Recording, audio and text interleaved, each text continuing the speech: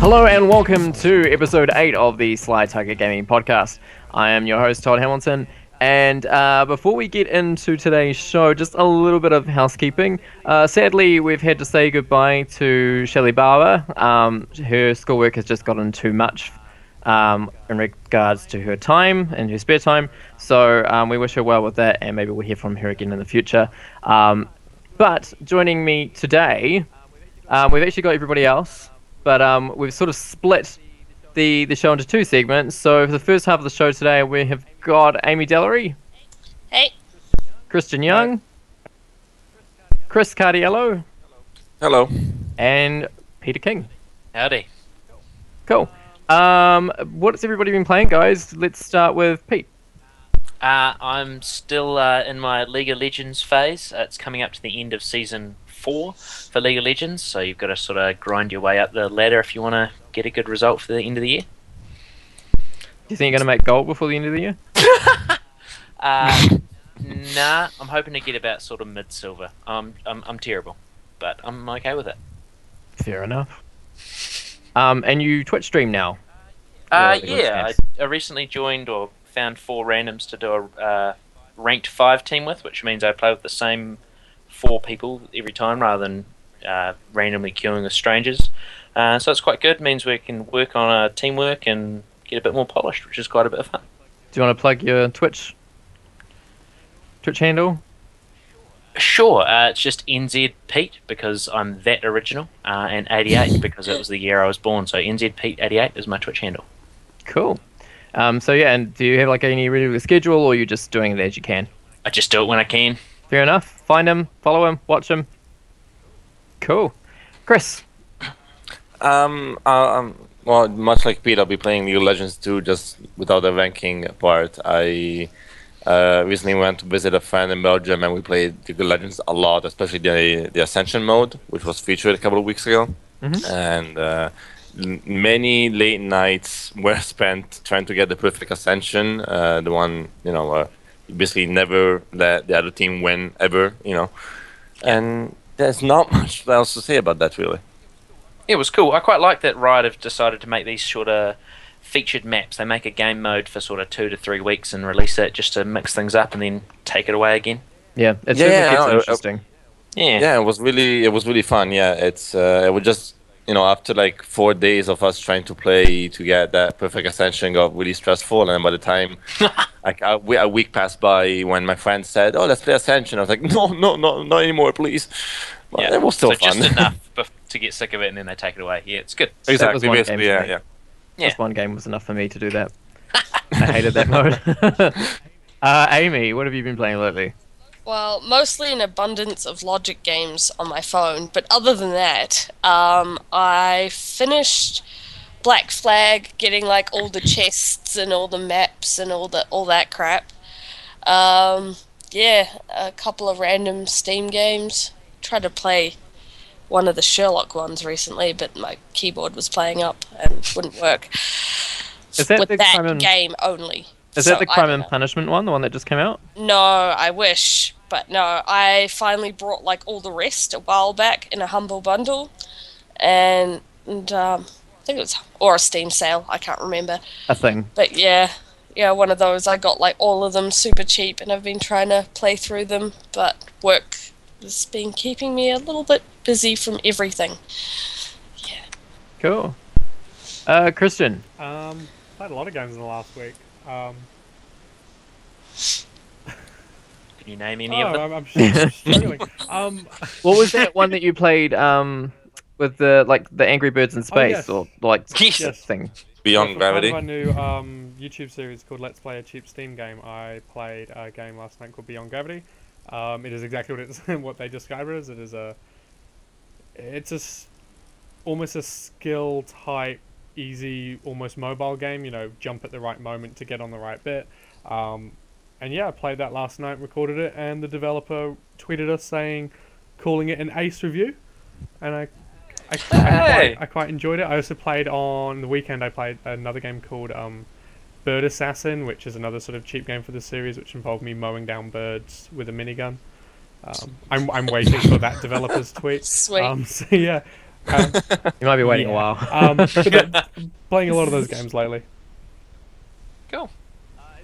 As for me, I'm still rocking through the new. I think it's pronounced Theatre Rhythm, which means that I was wrong last time when I called it The Rhythm.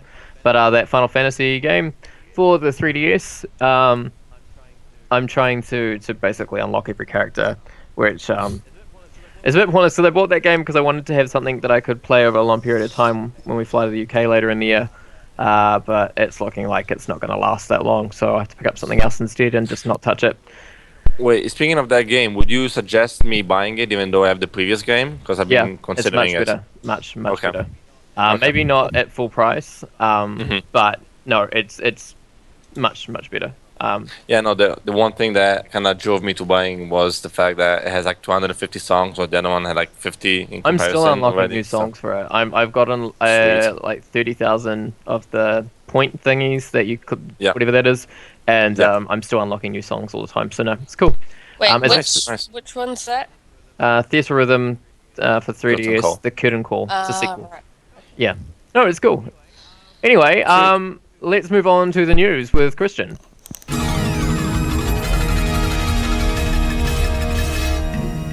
Fans of Nintendo's Smash Bros. Have encountered a game-breaking glitch where every time a CPU player breaks free of Yoshi's egg-laying move, they become bigger. This will continue to occur until the game ends, or the stage becomes too small to take all the massive players. Japanese game developer Level 5 is currently working on and recruiting for a new AAA title, according to Japanese game magazine Famitsu.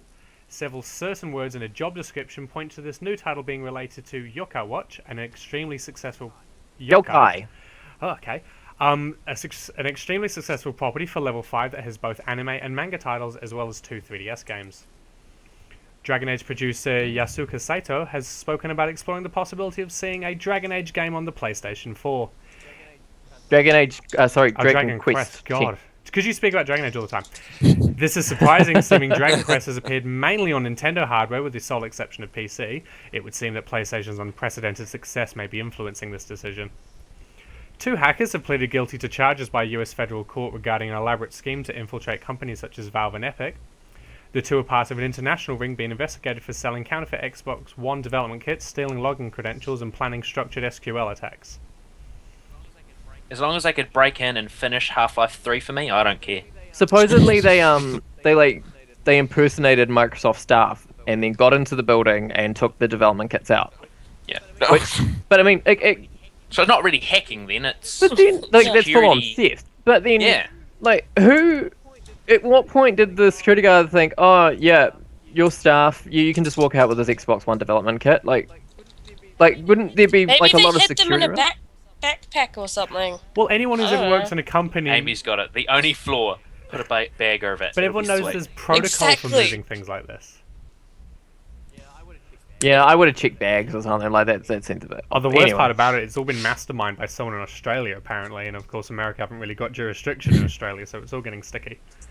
And final piece of news, survival horror game The Evil Within has gone gold across all platforms, says publisher Bethesda. The game will be ready on PS4, PS3, Xbox One, Xbox 360 and PC on October 14th. A new trailer has been released and you should head over to Bethesda's YouTube channel to check it out. Is anyone going to be picking up The Evil Within? I don't know. I'll find this new trailer and then I'll tell you. When you all answer at once, I don't know what you say. No. That's a yes for me. Okay. Amy, what did you say? I said it would terrify me. Apparently this one's more action focused. So probably not. Sure. Sure. Okay, cool. Thank you for that, Kristian. And we will go into our first topic of the day. So we want to talk about the holiday releases. So there is quite a lot coming out this year. There's not as much as there's been in previous years, but we do have a decent amount of games between now and the holiday season. So I've got a few things I want to talk about, but before we head up to that, is there anything that you guys are particularly looking forward to or worried about? Like, we'll start with what are you most looking forward to this year, Chris? Well, one very recent one, which is coming out in actually just a couple of weeks, is the Borderlands, the pre-sequel. I know it's not like the biggest game, but No, it's I'm a not. big fan. I know, but I'm a big fan of the Ooh. series, so I've been kind of cutting down You're the not gonna days for like that. me. But You're was not that? gonna like me. You're I'm very gonna rag quiet, on that Kristian. game in about 10 minutes time. It's a very good series. It's Yeah. their crown to lose if they ruin it with a bad prequel. Exactly, that's the thing. Yeah, I'm but- worried about it. It's Yeah. I'm cautious. I just don't want it to be too repetitive. It's like, okay, we didn't need this kind of idea. So Yeah. You But, have played think- Borderlands before, haven't you? me, It is kind of a repetitive game. Yeah, but they've always mixed it up with, like, the second one had the additive of enough extra wacky characters, so as you Not got the to same new developer zones, this time, though. It's an Yeah, I know. I'm just saying that there's ways to They've got the gravity thing. change without completely Hey, throwing. let me put it this way: yeah. it was co-written by an Australian and an American team, and so when you're playing on the moon, it's all Australian humor, and when you're playing on the space station, it's all American humor. So I don't think But that's not unfamiliar to the game. Like when you're in exactly. So I'm saying I don't. can't remember what the tournament area was. The whole Exactly, mood of the game changes when you're in the battle arena zone, and then when you Yeah. moved over to Tiny's area, it was quite funny and whimsical. So that's not necessarily a bad thing that the game changes tone based on your zone, but Yep. time will tell.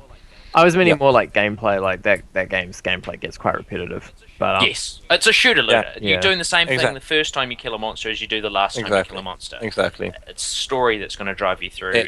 It's basically like Diablo, but without the clicking. So that's it's also worth noting that Mr. Cardiello does not own a current generation console, so no. he's quite limited this holiday season in terms. Well, it's not that. But I was about to Yeah. say that the next big game will be Dragon Age Inquisition. I do own a PC, so I can play that.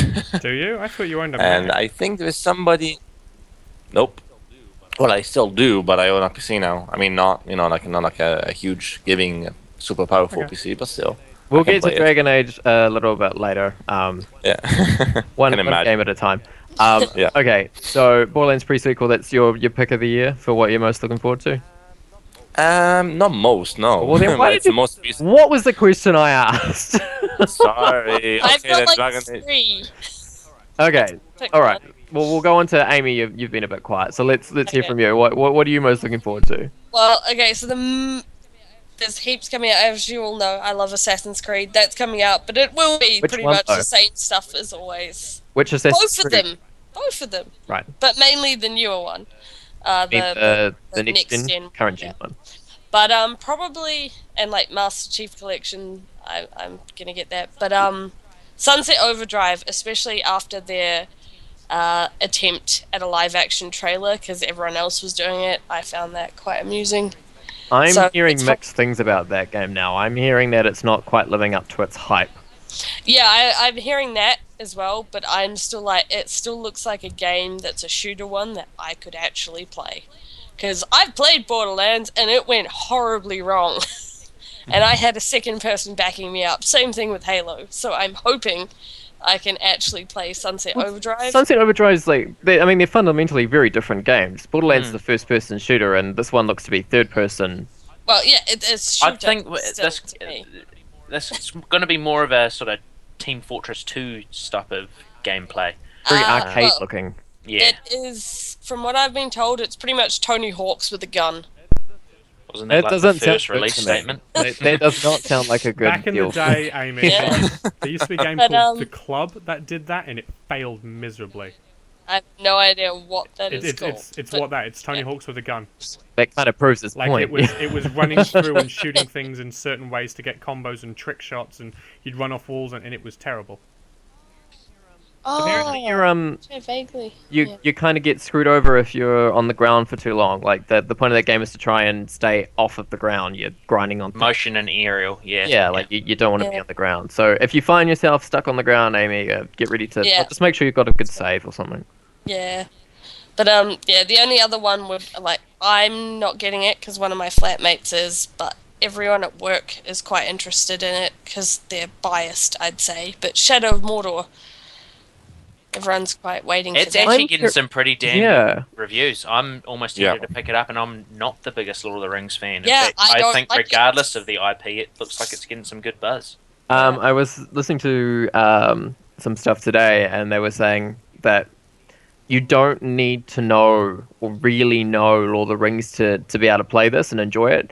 The general gist of what Lord of the Rings is will help, but the game, it's a side project. It's away from the main story. It's connected, but it's away from the main bit. So you're not going to miss out if you don't know what's going on. You can pick up and play, and that like that Nemesis system. I think is that what it's called?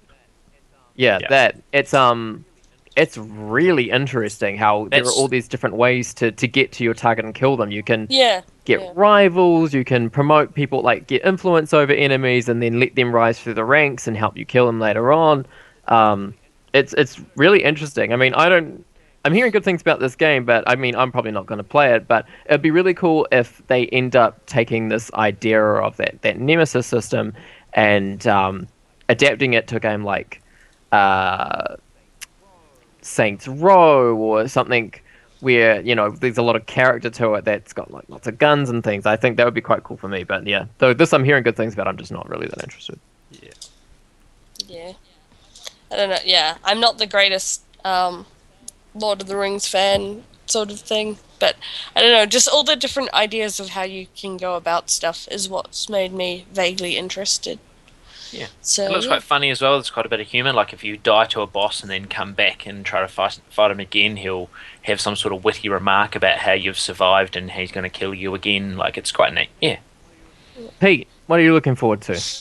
Well, I don't know if I'm looking forward to it, but I'm sort of apprehensive. I really want to hope it's going to be good, but I'm real worried about Smash Bros. It could be either really amazing, well, both. I don't know how it's going to work on a 3DS. I've played it. It works good. Really? Yeah, I mean, I know Nintendo's trying to go for this whole portable, it works good. Portable gaming thing, but to me, Smash Bros is a console sit down with 5 mates and have a tournament sort of game. So I don't know if I'd ever play it at a bus stop. It's hard to keep track of everyone when you've got 4 players on the 3DS, but it's not unplayable or anything like that. It's still fun, but I think I'm probably going to prefer the Wii U version. The one thing I want to know is all my progress on the 3DS version.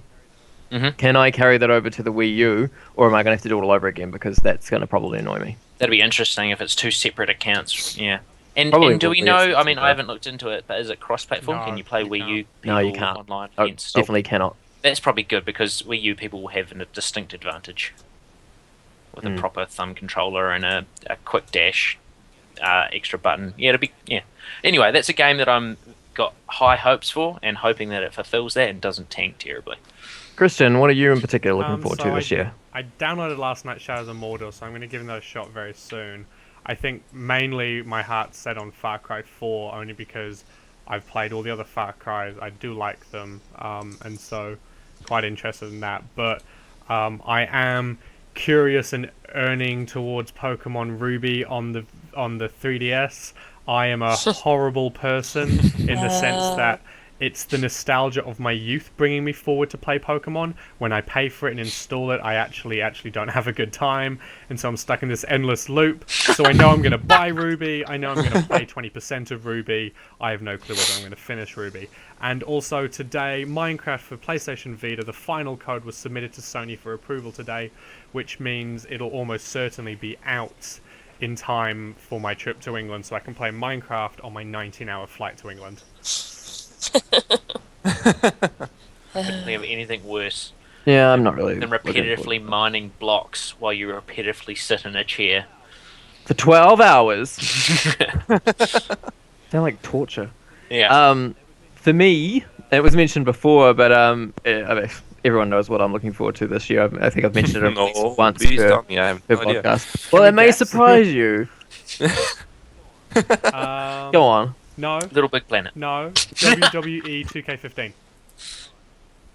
No. Yes. Mm-hmm. Madden Football 2015.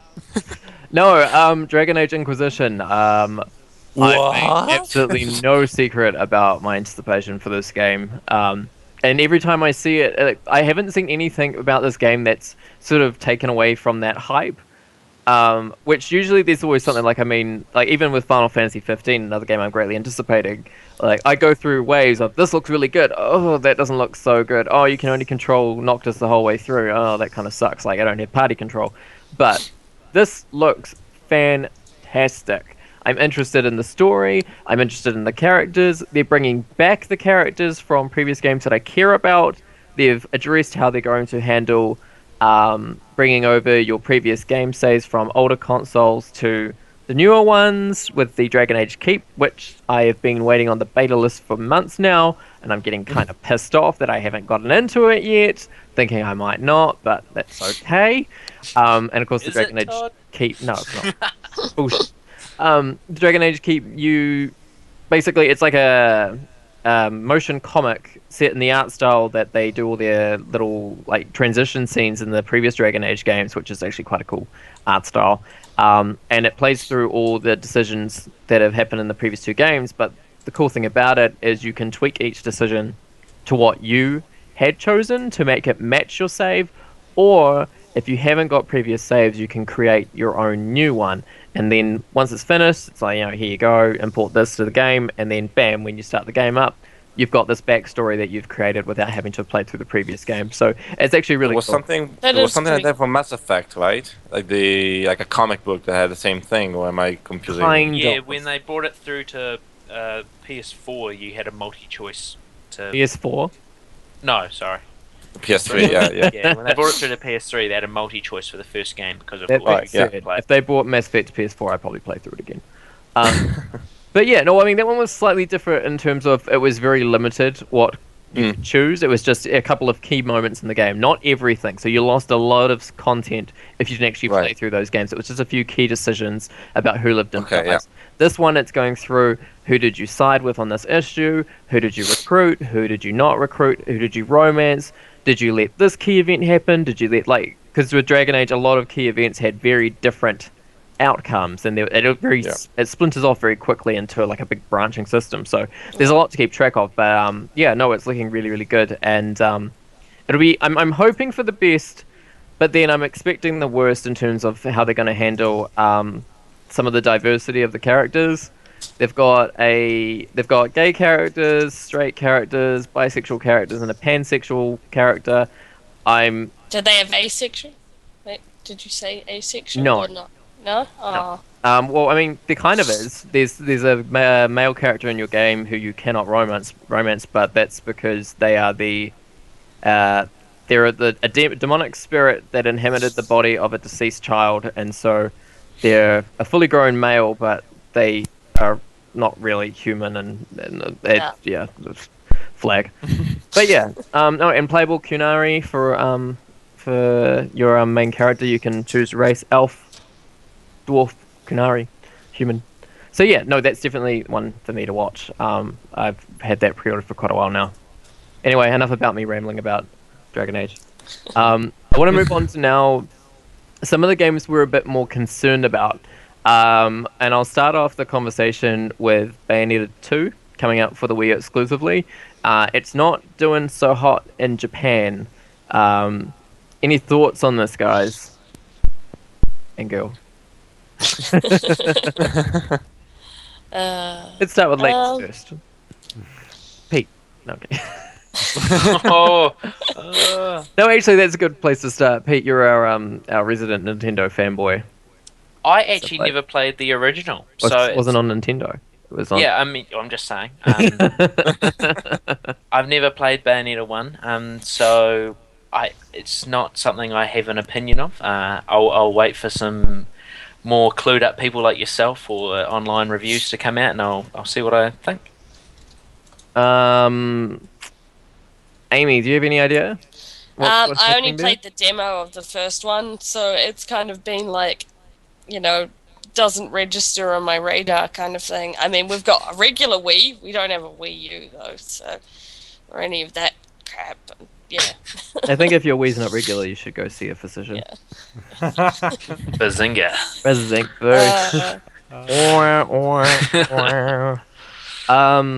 Kristian. Anything? As in me, or... Well, is your name Kristian, or is it Chris?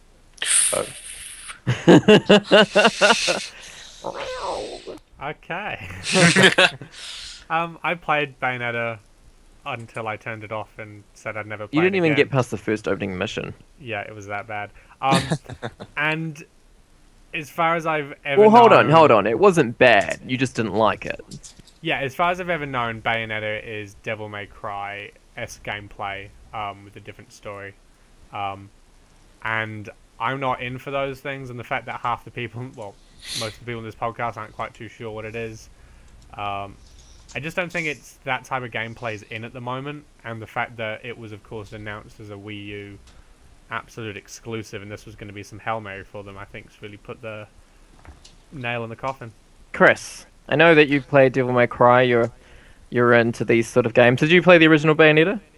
Yes, I was about to say, it seems like I'm the only one in the podcast with extensive experience with the game since I've played it a lot and I replayed it like multiple times trying to unlock all the things in it and swear at the TV when I was in higher difficulties and threw my controller at the screen, stuff, that kind of stuff.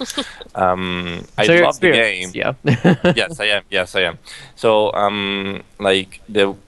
thinking of reasons why it wouldn't be doing so good, my mind just goes to the fact that it's a Wii U exclusive because everybody who played the game before was on Xbox and PS3, so that's not they come from these consoles, and if you wanted to play the sequel, you basically are forced to buy a Wii U, and many people kind of resent that. So some people just kind of dropped out and said, I think, just like, screw this, I'm not gonna do it, Is it a guaranteed Wii U exclusive, or is it going to be one of those timed No, they exclusive? published No. They No, because published it. Nintendo is publishing it because Right. story goes that the game would have never been made without Nintendo's help, and there is no absolute way I think that will ever come to other consoles.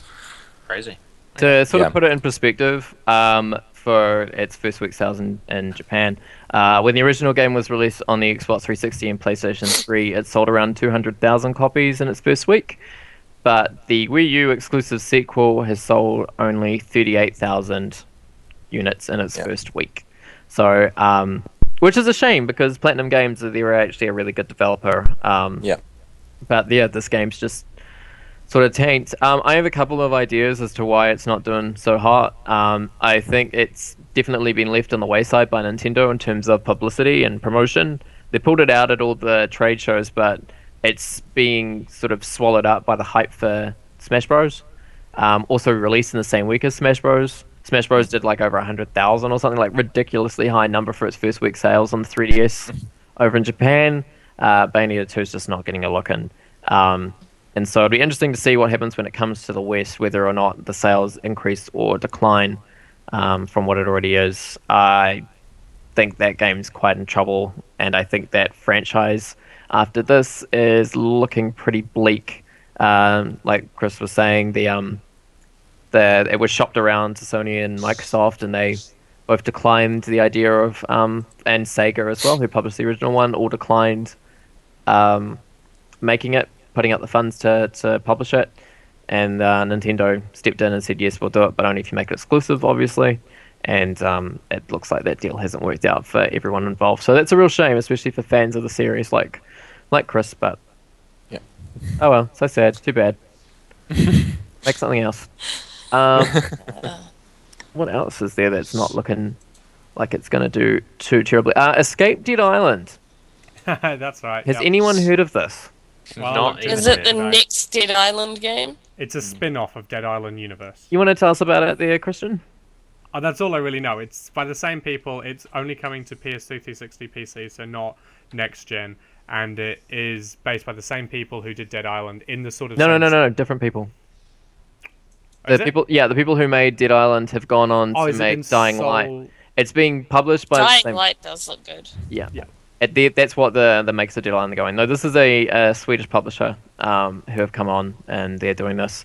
And it's different again from Dead Island 2, which is also coming out. So you've got 3 games with similar themes. But this one, it's... okay, I'll read you the synopsis of the game. Is it the one with the running? Yeah. Yeah. So Escape Dead Island is a survival mystery that follows the story of Cliff Kalo, who sets sail to document the unexplained events rumored to happen on Benoi. After arriving on the island in Narapila, part of the Benoi archipelago, he finds that not everything is as it seems. Haunted by deja vus, Cliff will have to make sense of it all. Sorry, I read that really badly. The story-driven adventure lets players delve into the Dead Island universe and unravel the origins of zombie outbreak. The escape's only the beginning. It's lots of free running, kind of like Mirror's Edge, cel-shaded art. Like looks, it's I don't like the art. no. I actually quite like it. How do we I'm feel not a about that it? self-shaded fan, though. It's quite juxtaposed, dark content paired with this quite cartoony, fun visual element. But if I'm a fan of that series and I bought the previous Dead Island games, and then the next one that comes out is this, Exactly. yeah, nah, I'm not really here for that. Mhm. Okay. Moving on to the games we're expecting to do really well. Who do we think is going to be the biggest seller out of these next few games? So I'll give you a list of a few games. So Call of Duty Advanced Warfare, Assassin's Creed Unity, Far Cry 4, and what was the other one? And the re-release of Grand Theft Auto 5. Who do we think is making the most bank this year? Assassin's Creed. Can I throw in another one? Creed. Maybe. I think Master Chief Collection's going to do brilliantly at... That will. Yeah. Do you reckon people are going to do that? I played this it'll game sell. They're buying it for 300 Halo times 2. through, but I'll play it again because you put it on another console. People Yeah, are buying it we've for Halo. just had an entire year of redos and remakes, and the Xbox 360 division are going to love it. Yeah, right. You're probably Yeah, right. I've had several people say that they're considering getting an Xbox One to get that. Not just because it's got the remastered Halo 2, but because it's all the games. Excuse me.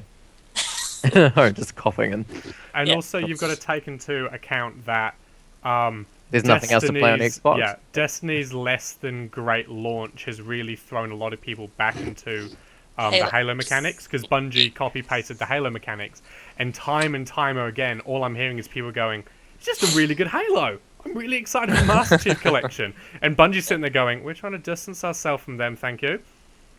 Like copying everything we did in So you Halo think- and giving it a new picture. Do you think that Halo is going to do better than Call of Duty? Yes, definitely Call of Duty. Really? Yeah. Call of Duty's No, on the I don't decline. Nah. Ah. Even Ghost. Even though Ghost was a really bad one, it still was. It wasn't the best selling because of Grand Theft Auto, which I'm surprised no one has said that's going to be the biggest seller. But think if you it's gonna wanted to be play very it, you would have close. played it on your last gen console. And Nah, I think there the are a lot of people people waiting holding to, out, and they're adding a lot more to it. people holding out for GTA in the droves of the PC fans. No one said I'm waiting for PS4. Everyone said I'm waiting for Oh, Yeah, I've heard PC. Yeah, it. I was waiting for computer. I've heard otherwise. I've heard a lot of people actually who now turning around to buying it again. I don't know how many people there are there that are going to do that. But that being said, if you've got a PlayStation 4, and we know that a lot of people do, there's over 10 million of them out being sold to consumers, there isn't a hell of a lot for PlayStation 4 this Christmas. I mean, you've got all the multiplayer games, yes, but there's not much in terms of exclusives, and so I think that they'll probably do quite well in terms of that. Out of all of them, I think probably Far Cry 4 is going to be the worst off. I don't Yeah. think that game's going to get much of a look in this year. I think it'll do okay, but I don't think it's going to best the rest of them. I think that they probably should have waited a bit for that game. But yeah, Call of Duty will do fine. Grand Theft Auto 5 is going to do fine.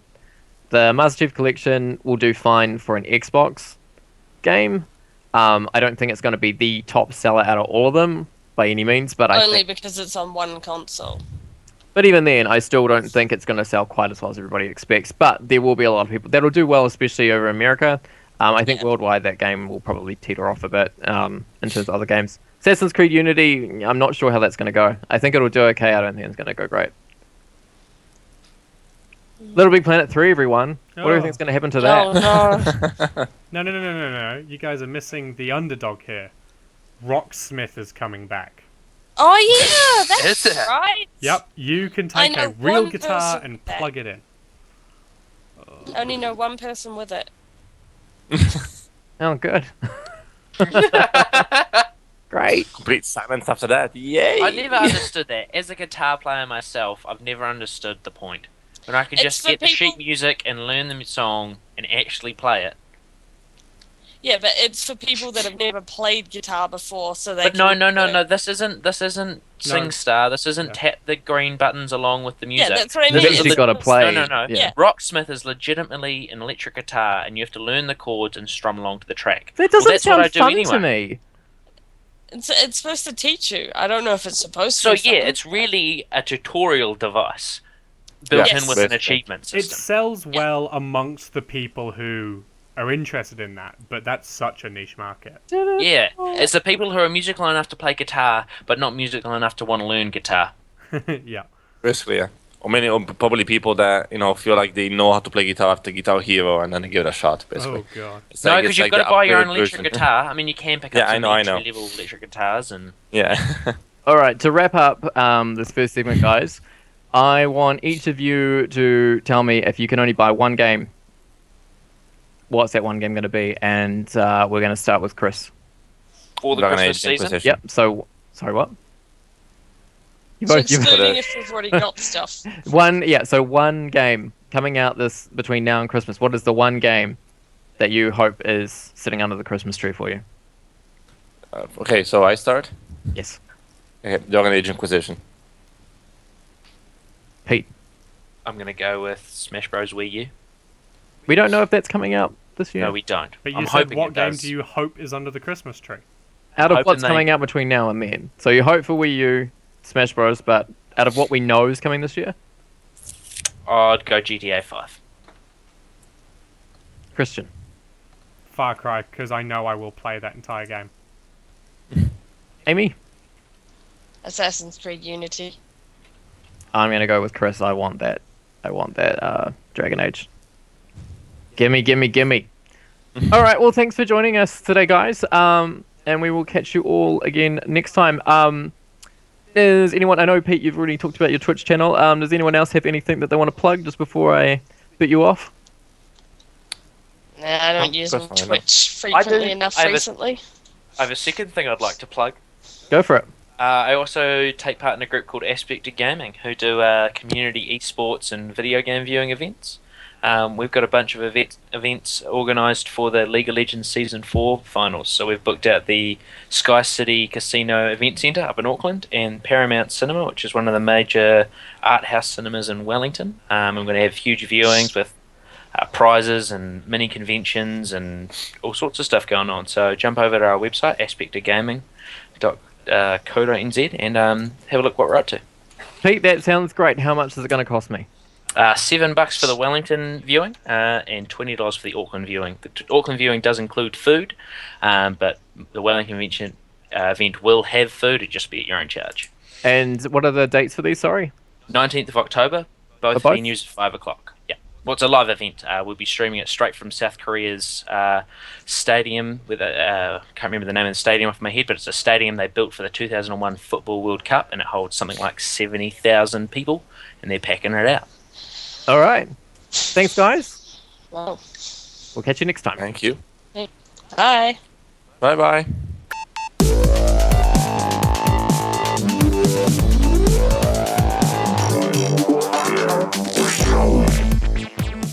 Hello and welcome back, everyone. So joining us now, we have Lauren, but we don't have David. David is unable to join us for this segment, but he'll be back next time. Lauren, how's it going? What have you been playing? Yeah, it's good. I haven't been getting back into the Let's Play, so I picked up The Last Door again. I'm up to chapter 4. It's a really neat point and click kind of creepy horror game, and I'm really digging it so far. It's like indie made, released as episodes. Yeah, that's what I've been doing.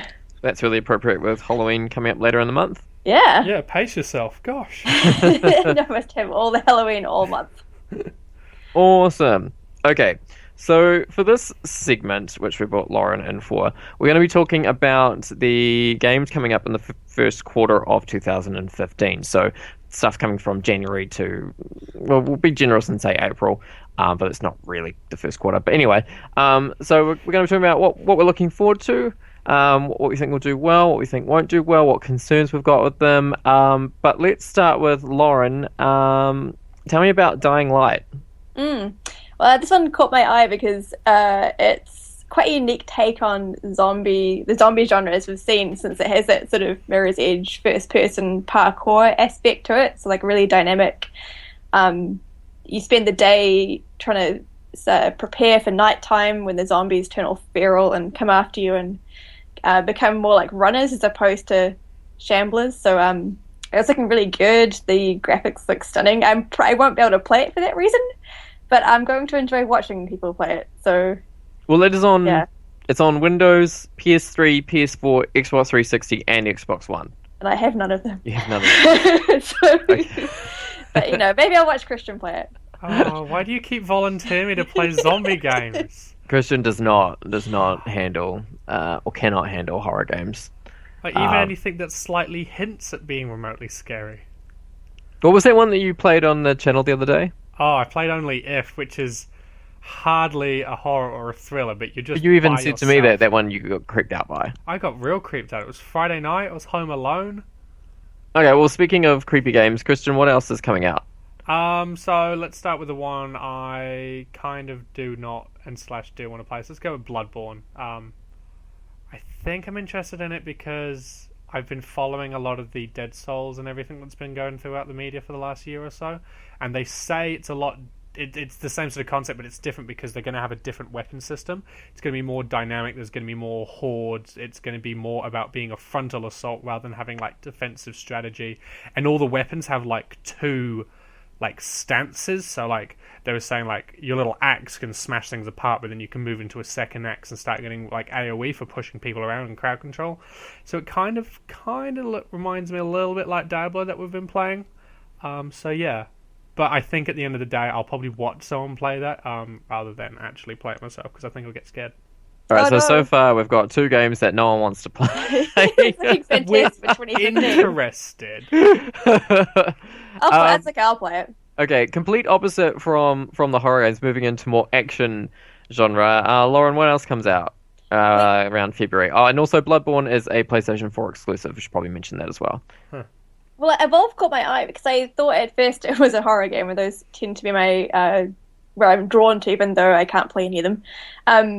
It looks really interesting. It has this humans versus monsters feel to it, where there's a different class, I suppose, for each different character. Like you can be a trapper and release traps, or trap the monster team inside these bubbles, so they can't run away, and you can all like team up on them to kill them. Mobile arena sort of things. Yeah. It looks really. At first I was a bit skeptical because I know a lot of other games, like Dying Light, for example, has a zombies versus humans part to it. So I think it's kind of interesting that they're out at the same time because they have similar online play. But it looks really unique, and from what I've heard, it's really fun to play as well.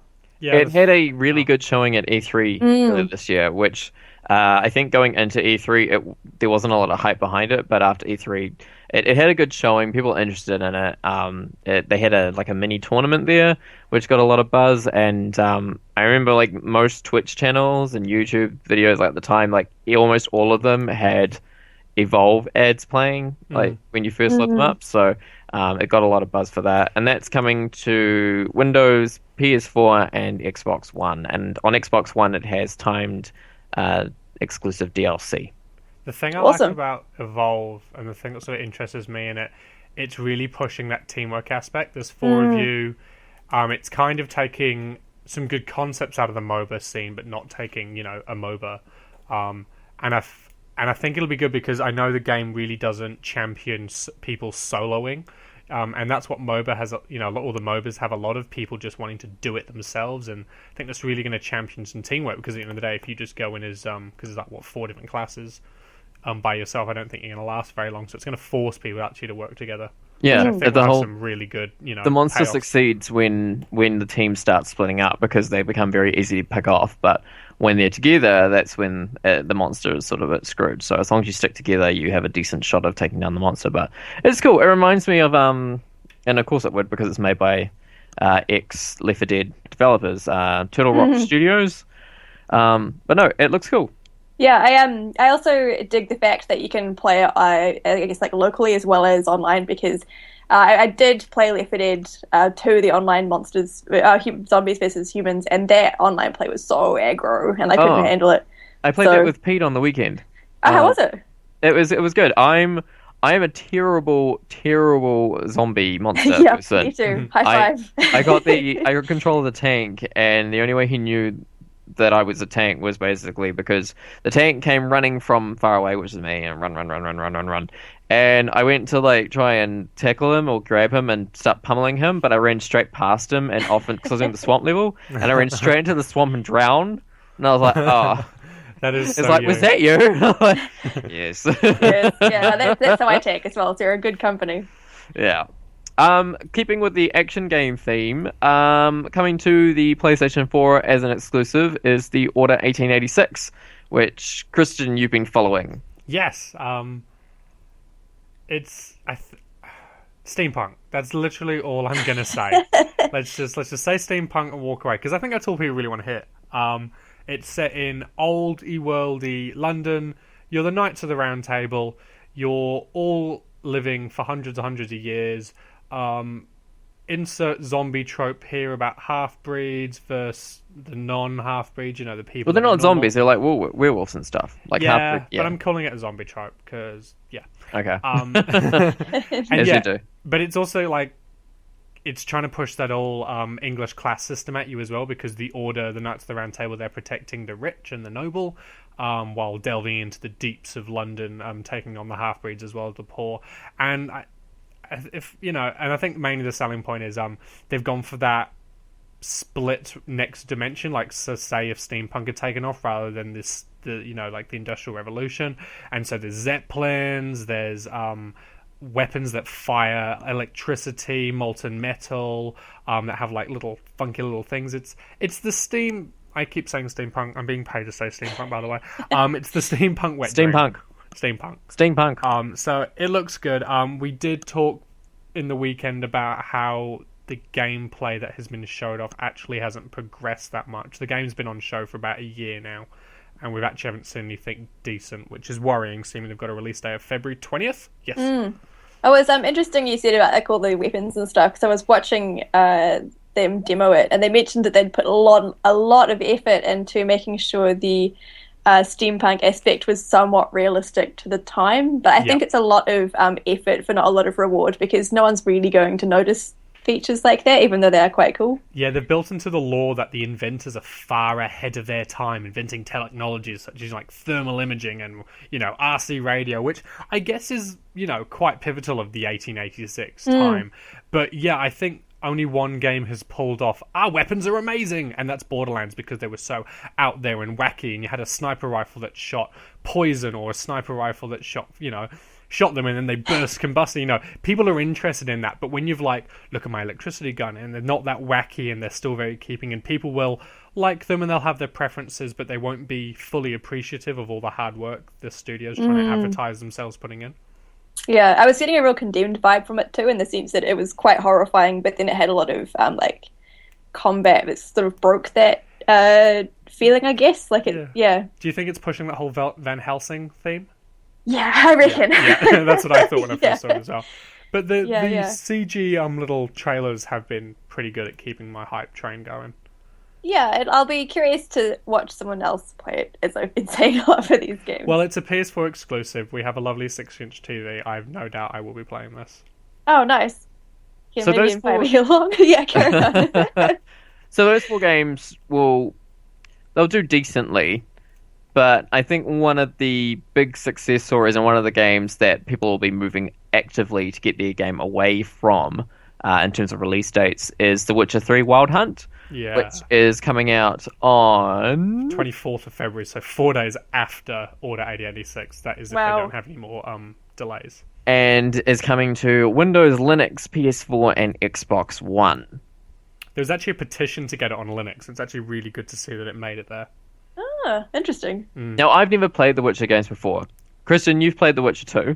Or is it the first one you've played? I've played like 10 seconds of each, but I know what they're about. Okay, so tell me about it. If I'm new to this series, which I am, what am I in for?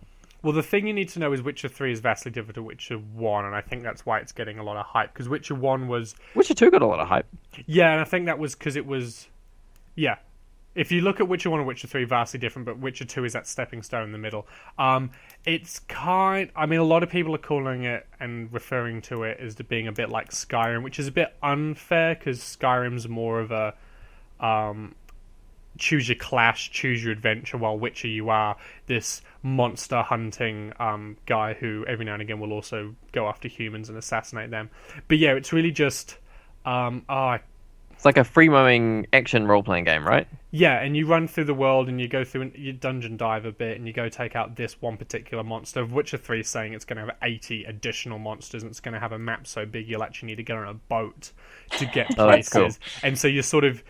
You'll stumble across, or you'll deliberately head to a village, and they'll be like, "Oh, we've been plagued by bad dreams and stuff." And you'll talk to NPC number 1, 2, 5, 7, 9. You'll piece it together. You'll go down to a dungeon. You'll find it's this one massive monster who's plaguing everyone. You'll take him out and stuff like that. It's a bit more deep than that. You know, you've got item creation and crafting, and the best part about The Witcher 2 was you had a little bit more of a human element, and I'm more about hunting down humans than monsters, which is always what's kept me at arm's length from The Witcher. But like, he can get potions at like freeze time, so you'll be like, you'll run into a whole horde of things and you'll just chuck down this like potion, and you've got like 10 seconds of frozen time, so you can get a lot of, you know, awesome combos off.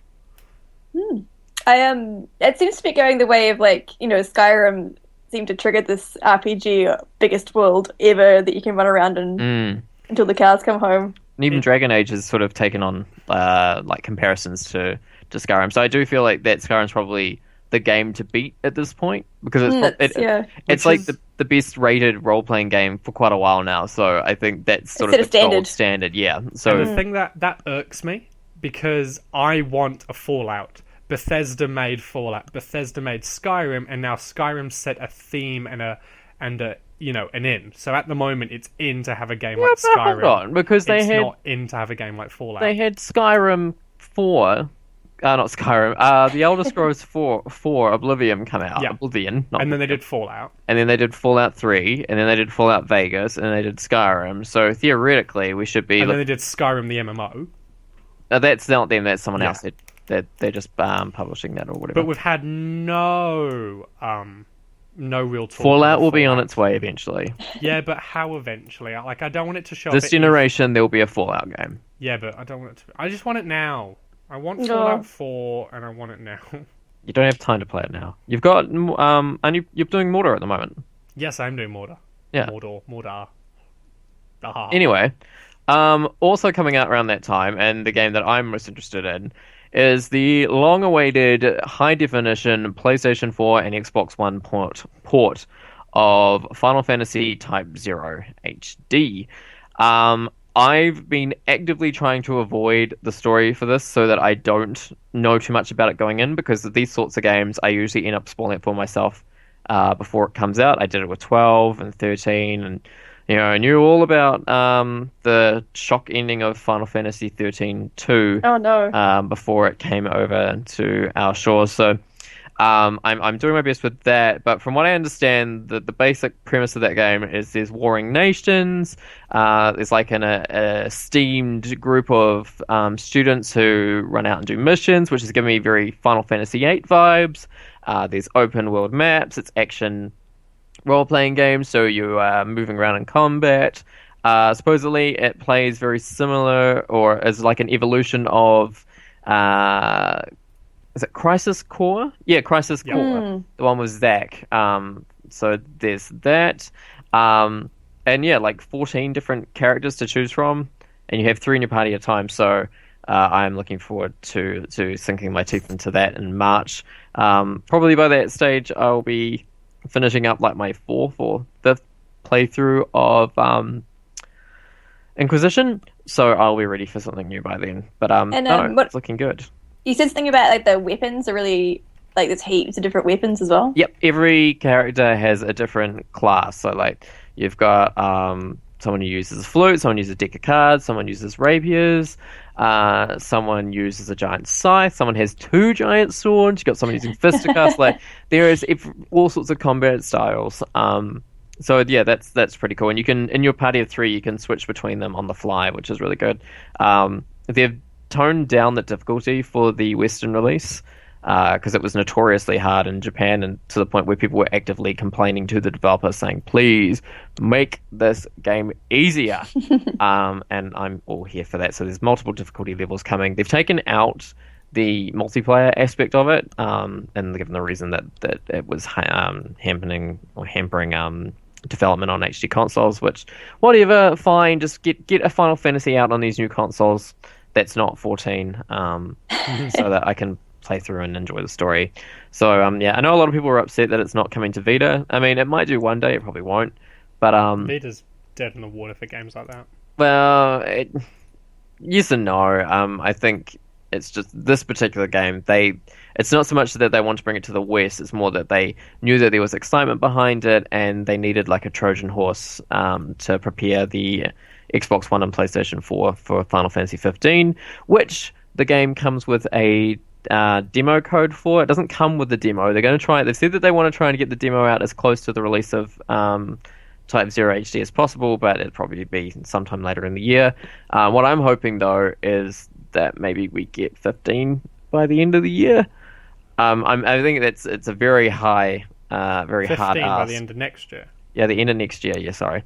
I think it's a very tall ask to expect that in English by the end of the year. Well, especially seeing they said it's only 55% done look, now. Oh, I wow. mean, that could mean anything. Like I don't pay attention when they give numbers like that, because they said that Type 0 was 80% done, like, back earlier in the year. So it's yeah, whatever.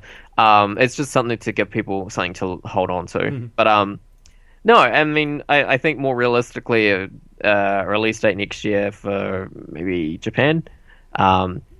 But hopefully they'll try and do like they did with 13 and have the release between all 3 quite close. Interestingly enough, Type 0 comes out, Type 0 HD comes out last to Japan. It comes out West first, then Europe. Wow. Sorry, America first, Oh, Europe interesting. second, and then Japan last. But I mean, they've had the game since 2011 on the PSP, so it's not a huge priority for them. So push out the international market first, since it's Well, niche them kind of thing? they're wanting it. So Is Yeah. it because we're it was waiting. the international market making their own Type 0 translation?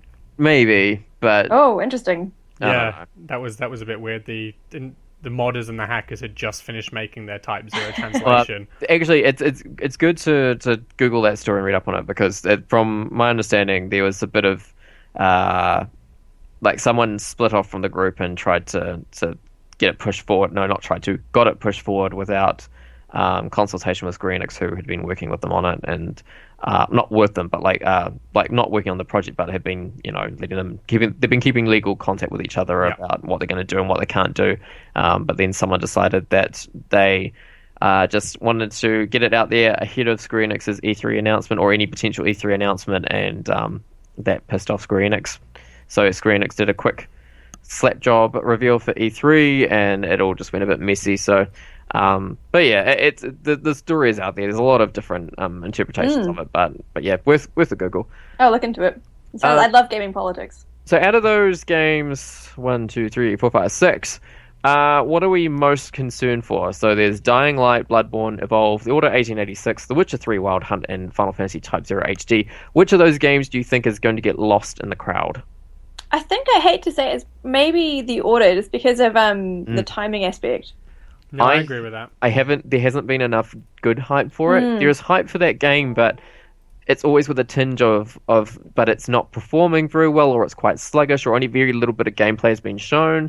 And there's no real plot hook either. Like we don't really know the story yeah, properly. yeah. There's no, like it seems pretty.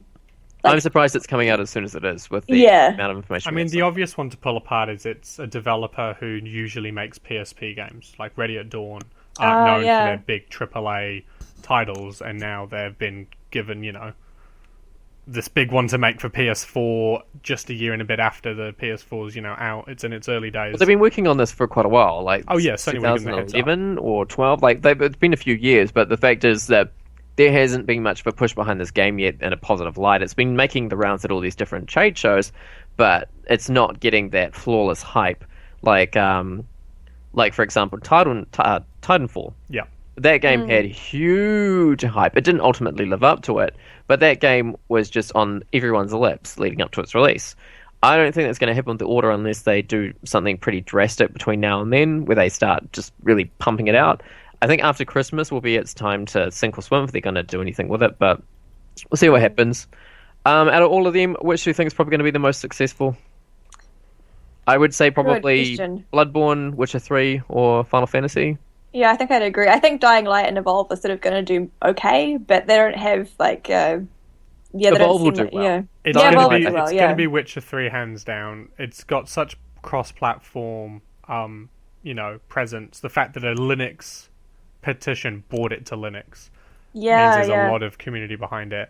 And I've heard gaming media after gaming media after gaming media be like, "Oh, I've never played a Witcher before, but that E3 trailer made me want to." I think it's probably going to be down between The Witcher and Bloodborne. Final Fantasy will sell well because it's Final Fantasy, but the game is still just a port. So I don't think it's going to get that much. It's going to be okay game, but I've heard like really bad things about the camera and stuff. So I have a feeling it's going to be okay, but it's not going to be fantastic. Type 0? Yeah. Yeah. Bloodborne and Witcher 3, I think it'll be between those two. I think Witcher 3 is going to do well regardless. Bloodborne, if it lives up to its hype, I think that might be able to sort of steal the show. Evolve, I think, will do well, but not super, super well, because that game, I think it's going to be one of those ones kind of like Titanfall, where after the initial game, like people play through it, they've gotten through the matches. This is fun. Okay, cool. Kind of got it now. What's next? Yeah. That they need to keep adding content if they're going to keep it. And they're doing exclusive timed content with Microsoft's console, so it's only going to be for certain systems. Okay, well, we're about to go for a quick break, but Lauren, what is coming out this week in the gaming world? I'm so glad you asked. This week we have coming out Alien Isolation on the PS3, PS4, 360, Xbox One, and PC. We also have Drive Club for the PS4. Middle-earth: Shadow of Mordor for the Xbox One and PS4 is coming out, even though I guess... Kristian, you were playing it on the PC? Yeah, so the PC version came out about a week and a half before consoles. And you got DMC... Is it DMC? What did DCMA. DCMA. Digital Copyright Millennium Act. So that video is not online? Nope. But it's gone good so far? Yeah, it's really fun. But like I said, I'm going to restart it because apparently if you try and do all the side missions early, you screw yourself over. So I'm going to start it and do story mission for a good, decent time. That game is turning out to be such a sleeper hit. Like, there was not a lot of hype going into it, and then just as soon as, just leading up to its release, there was just, this is actually really good. And then it came out and people were like, it actually is really good. And I think that game's going to have some decent legs. Yeah, I mean, it came out at a decent time. As we were discussing today, there's 59 games coming out in the month of October alone, and it came out at the very beginning. And of course, that 59 includes tiny ass titles no one's ever going to play. Oh, right, okay. But that's 59 titles in total. That leaves at least a good 10-15 big ones. It's also got a brilliant... The combat system is basically borrowed directly from Batman Arkham, and we all know those games did well. And then it took Lord of the Rings. The first two did. The third one was very good. But that combat system has been trialed and tested and perfected. And the fact that it's Lord of the Rings. And I think for a lot of people, they've got a little soft... They've got a soft spot in their heart. She's in the middle of a list. Are you sort of talking Charles? No, that's good. I'm keen to hear more about Mordor. We also have Project Spark Starter Pack for the Xbox One, which to me sounds like something Telecom would bring out for a new phone. No, Telecom doesn't exist anymore. That is Spark. Yeah, it sounds like something Spark, the company, would make for their new phones. Spark is a game maker, and you can get it for free, or you can spend $60 and get all the game content, which is a bit weird. And what do you do with it? You make games. It's like Little Big Planet, but okay, but different, yeah. But that sort of concept. It's like Little Big Planet, but it's going to fail. yes. I don't know. It might do okay. I don't think it's going to be a super. I think the outstanding 7 success. Xbox One users across the world just want to play FIFA. They Hey, don't want to play. you're missing Amy. Okay, 8, and she wants to play vampire games. So again, not the core demographic. And we also have Natural Doctrine coming out for the PS4, PS3, and Vita. I have no bloody clue what that is. Super hard Japanese strategy role-playing game. Cool, I'm out. Oh wow. Yeah. Okay, so Sounds yeah, we're going to interesting. take Yeah, that's all that's coming out this week. Excellent. We're going to take a quick break and we'll be right back.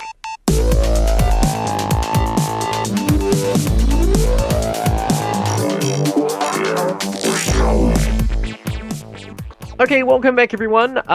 We are just about to wrap up and get out of here, but first, Kristian, you've got some news about a interview you conducted earlier in the week. Yes, I contacted my friend in Japan. His name's Tahi. We had him on one of the previous podcasts. 2. Number 2? No, we've had him on 2 podcasts. Oh, we've had him on 2. Oh, well, one of the ones we had him on, he was really insightful about how different gaming is in Japan.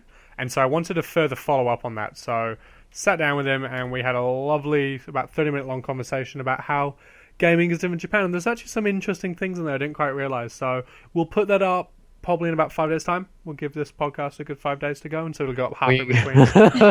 Rather than give a specific time frame, we'll just put it up. It'll be between this podcast and the next podcast. Yeah, There we go. We'll put it up. With technical issues may hamper it, so we'll just see what happens. Can you give me like one thing? Hmm? One thing? Can you give us like one thing? A tease. Give us a taste. A taste of this interview. So we got talking on about how video games don't decrease in price that rapidly in Japan. And the reason being is because the pawn shops are really active.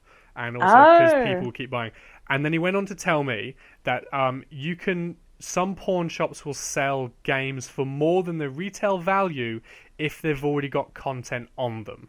So if you play Pokemon and you get a shiny and you trade into a pawn shop, they will sell it to another person for more than the retail value because it's got game data on there. And that blew my mind.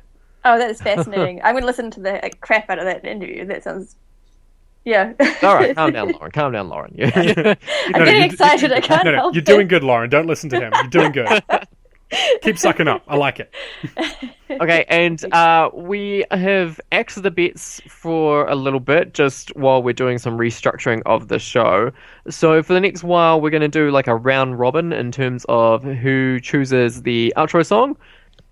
But this week, Kristian has drawn the short straw. I volunteered, okay. I volunteered. I thought it was being nice. Didn't realise I was going to be crucified on a stake on air. Crucified. Christian-fied. Oh. Okay, anyway. It's time I'm actually going to to... Yeah. Okay, Kristian, what is the song that you chose? The song that I chose, which should be up in about 2 seconds' time, it's called... oh God, where is it? Professionals on this podcast. Oh, well, 100%.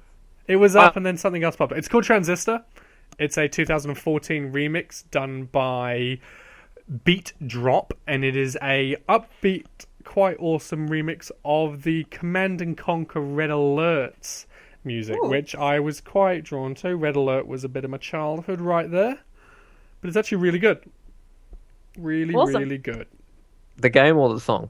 Both. But the thing is, unlike the song in the game, you just got Tesla towers and you won everything. I have no idea what that means. I've never played that game. Oh, you got towers that shot electricity, and then the next one you got dolphins that shot electricity. Oh, I wasn't asking how I played. I was just telling you I don't know. Dolphins that shoot electricity, Todd. This is a public service announcement. And with that, Kristian, what's on our channel at the moment? If I go to slytigergaming.com or I go to any of our social media sites, what am I going to find? What's up at the moment? Okay, so on slytigergaming.com, I posted an article explaining why Minecraft will save my Vita, and also explaining why there's not going to be a Shadow of Mordor Let's Play. We got DCMA'd by Warner Brothers. Gosh, we've got like 2 followers, and even then we're getting DCMA'd. But over on our YouTube channel, we've had quite a lot of action. Activity. We're sort of rocking at 1 video a day right now, which is something I'm going to try and keep doing. So in the last 7 days or so, Peter, one of our regular podcasters and the guy who's on section 1, did an unboxing of his arcade block he ordered for September. So He had a arcade box full of retro Nintendo goodies. No, it wasn't full of retro Nintendo goodies. It had like one thing. Did you watch the video? Yes. It had a Mario. The only thing from Nintendo was like the Mario ball. And then the Zelda t-shirt. Oh, that's not retro. That's a t-shirt. And the box was a NES. Yeah. Yeah, but also it did have cog tags from Gears of War. It had like... Oh, don't say everything that's in there. You gotta give the reason to watch the video. Jeez. We also uploaded me doing the Let's Play a Cheap Steam game series where I played Max Gentleman, Only If, Barbarian, and we also uploaded 2 shows for the Podcasters Play series. So a couple of weeks ago, Lauren, Todd, David, and myself played Super Mario 3D World and abused the living daylights out of our speaker system, which we do apologize warning for. Warning of that, there's yelling. Yeah, turn There's that actually down. yelling on a few of our videos. Do you put a warning? You should put a warning up if there's yelling on it, so that people know before they Try that. play the And video. then on Saturday, Todd, myself, Amy, and Peter, we played a Steam game called Mount Your Friends, which was So good. absolutely Great game. hilarious. I think my guy was dressed the best. I think you're Oh, mistaken. definitely. I think you're both mistaken. And if you want to see the funniest thing ever, you can watch Todd play Miss Flapperbird. Ms. Flapperbird on the Ouya. Flappy, no, it's Ms. Flapper. Ms. Flappy Flapperbird. Bird is not it. It's Yeah. Ms. Flapper. It's a Flappy Bird clone on the Ouya. It's which 7 of fantastic. you will know I about. had so much fun with that game, and I highly recommend it. I don't recommend it. Watch the whole 3 minutes and you'll get why it's so fucking hilarious. Kristian, can I also add how much I am loving your Cheap Steer Game series so much, mostly because it's like blind. Yes. So you get those awesome moments like in Only If where you can tell the moment where you realize it's a horror game, and it's the most beautiful piece of Let's Playing I've ever seen. It was so good. Yeah, I did not keep know that what that up. game was. It's So because you I can... No. Oh. It's time to go. It's Your time time to go, to go. guys. Okay, so where can people follow us? Where can they find us? Well, I recommend going to www.slytigergaming.com because it's a one-stop shop for all of our material. You'll be able to find our iTunes link for our podcast. You'll be able to find our Facebook, our Twitter, our RSS, and everything else. I think that's it, actually. We've actually, as of this podcast, we hit 100 Twitter followers. We have Twitches, we have YouTubes, we have Twitters, we have email. It's all on there? Yeah, it's all on there. Alright, excellent. Well, thank you both for joining me, and thanks also to everyone else who was on the podcast. Can I add one more thing? Make it quick. For those of you listening on iTunes, can you please give us an iTunes review? I'd love an iTunes Yes. Okay. And with I'll write that, one. and with that, Lauren is going to pull her head out of Kristian's ass, and we're going to head off. Thank you guys, and thanks for listening. Thanks. We will catch you all next time. Say goodbye, everyone. Bye. Sweet. Was it recording that time? Yep. Yeah. So good. Small little fact, if you're still listening. Yeah. This is the second time we've Take recorded 2. this, and the first time included David, but it did not record properly. And This he was a couldn't make it better back. redo. Nah, that's alright. That's good. If that one, actual. Because we'd already practiced. Yeah, I reckon do that every time. And do it, take one Fuck it up take and then 2 days later have to do a re-record. I've done that on some of my Let's Plays, where I haven't hit record or something. And had to like pretend blind. It's hard. Yeah. You're like, Oh, surprise. What is Yeah. this?